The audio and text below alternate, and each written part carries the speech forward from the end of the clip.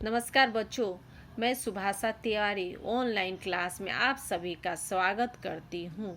आज मैं क्षितिज में सांवले सपनों की याद नामक पाठ के विषय में चर्चा करने जा रही हूँ। सांवले सपनों के याद जो पाठ है, इसके लेखक है जावेद हुसैन। इस पाठ में जावेद हुसैन ने एक पक्षी और पर्यावरण संरक्षक और प्रकृति प्रेमी सालिम अली के विषय में चर्चा किए हैं। उन्होंने बताया है कि सालिम अली आजीवन पक्षी के विषय में सोचते रहे और उनके कल्याण के लिए कार्य करते रहे। तो इस पूरे पाठ को हम कई बिंदुओं इस पूरे पाठ के जो अनुच्छेद या पैराग्राफ है, उसके कुछ हम बिंदु बनाकर उसी के विषय में हम चर्चा कर रहे हैं। और ये जब हम पूरे पाठ को मुख्य बिंदु को से लेकर चर्चा करेंगे तो आप पाठ का सारांश समझ जाइएगा और आप समझ जाइए कि जावेद हुसैन ने सालिम अली के विषय में इस पाठ में क्या बताया है, सालिम अली का चरित्र क्या है, उनका स्वभाव क्या है। तो बच्चों चलिए सबसे पहले हम मुख्य बिंदु जहाँ से ये कहानी या रेखा चित्र शुरू हुआ उससे हम शुरुआत करते। सालिम अली एक अंतहीन यात्रा। इसमें सालिम अली प्रसिद्ध पक्षी वैज्ञानिक थे और उनके निधन पर लेखक ने भावुक होकर यह लेख लिखा है। और यही लेख में देखिए बताए हैं कि सालिम अली की शव यात्रा, इसका अंतिम सफ़र। पिछले सफ़रों में वे पक्षियों के बारे में जानकारी लेकर लौट आते थे, पर यह इनका अंतिम सफ़र है। और जहां सालिम अली सदा भीड़ भाड़ से अलग अलग पक्षियों की खोज में रहते थे, आज उनके शव यात्रा पर इस भीड़ को देखकर लगता है और भीड़ भाड़ से आखिरी बार विदा ले रहे हैं।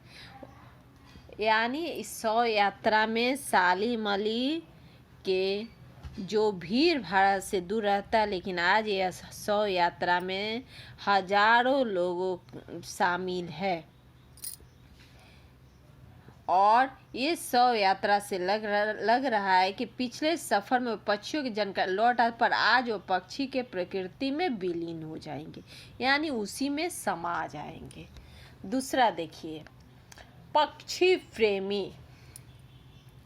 सालिम अली आजीवन पक्षी के विषय में ही सोचते रहे और पक्षी के ही प्रेमी थे। सालिम अली जैसे एक मिथक बनकर रह गए जो पक्षियों की आवाज़ सुनकर अपने भीतर संगीत के श्रोता महसूस कर सके। यह ऐसा ही मिथक है जैसे आज भी वृंदावन में कृष्ण, उनके बांसुरी, उनके रास आदि महसूस हो जाता है।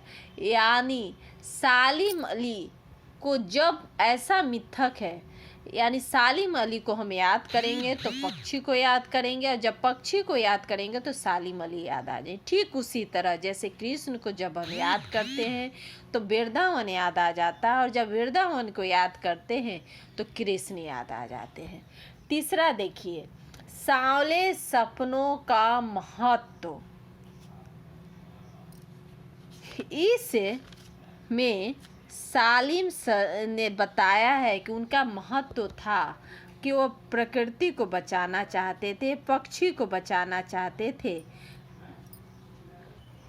सालिम अली के जो सपना था कि पक्षी को बचाना, प्रकृति को बचाना, वह आज भी वह महत्व है। आज भी सभी का जो सच्चे दिल के है, पक्षी प्रेमी है, पर्यावरण के प्रति सजग है, आज भी उनका महत्व है और आज भी उनके सपने को वे बचाने का प्रयास कर रहे हैं।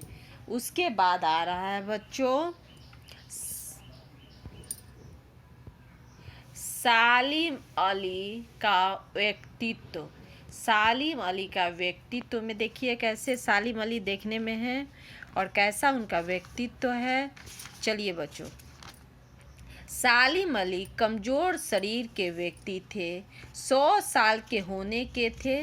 शरीर भी कमज़ोर हो गया था, पर उनकी आंखें पक्षियों को तलाशने के धुन अंत तक चली रही। अंत तक वो दूरबीन के साथ देखे गए।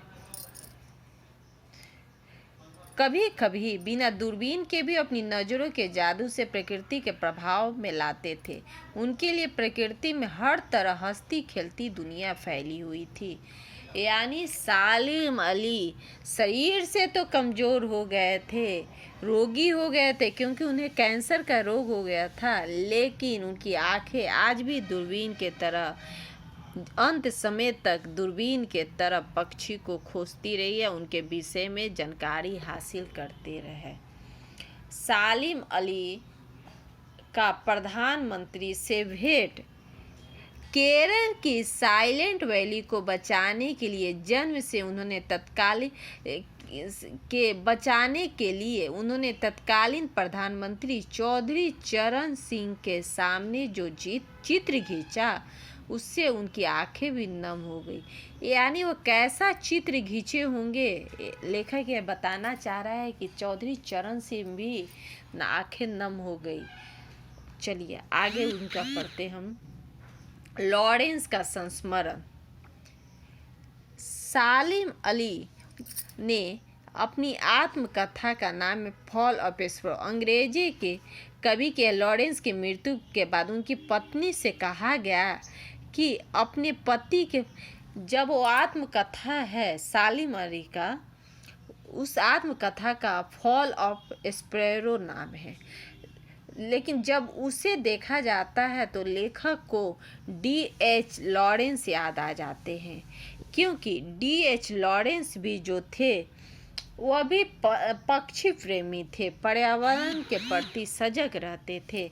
और D.H. लॉरेंस याद आते हैं कि वह कथन उनका याद आ जाता है जब मृत्यु के बाद उनकी पत्नी से कहा गया कि अपने पति के बारे में कुछ लिखे, तो उन्होंने कहा था उनके बारे में गौड़िया अधिक जानती है, शायद गौड़िया ही सालिम के बारे में भी जानती हो। जिस तरह D.H. लॉरेंस की पत्नी ने कहा था कि मेरे से ज़्यादा लॉरेंस के विषय में गौड़िया जानती है, क्योंकि वह आजीवन उस गौड़िया या पक्षी के प्रति ही अपना समय व्यतीत किए। ठीक उसी तरह सालिम अली के विषय में भी सबसे ज़्यादा गौड़िया या पक्षी ही उनके विषय में जानेंगे और समझेंगे। अब आगे देखिए, सालिम अली की प्रेरणा। सालिम अली जीवन भर खोजी बने रहे, प्रकृति का था सागर बने रहे, भ्रमरशील बने रहे। आज उनकी मृत्यु पर लगता है कि पक्षियों के खोज में निकले और जल्दी ही लौट आएंगे। यानी सालिम अली आज भी एक टापू जैसे नहीं, समुद्र में एक टापू जैसे वो व्यक्ति नहीं है, क्योंकि टापू की सीमा बहुत छोटी होती है। सालिम अली का व्यक्तित्व जो है वो असीम और अथाह था, जैसे सागर हो। प्रकृति के संसार में टापू नहीं, सागर जिसकी था पाना कठिन है। तो बच्चों, मैंने यहाँ सांवले सपनों की याद पाठ का सारांश प्रस्तुत की हूँ और आशा है कि आपको यह पाठ पूरा समझ में आ गया होगा। धन्यवाद।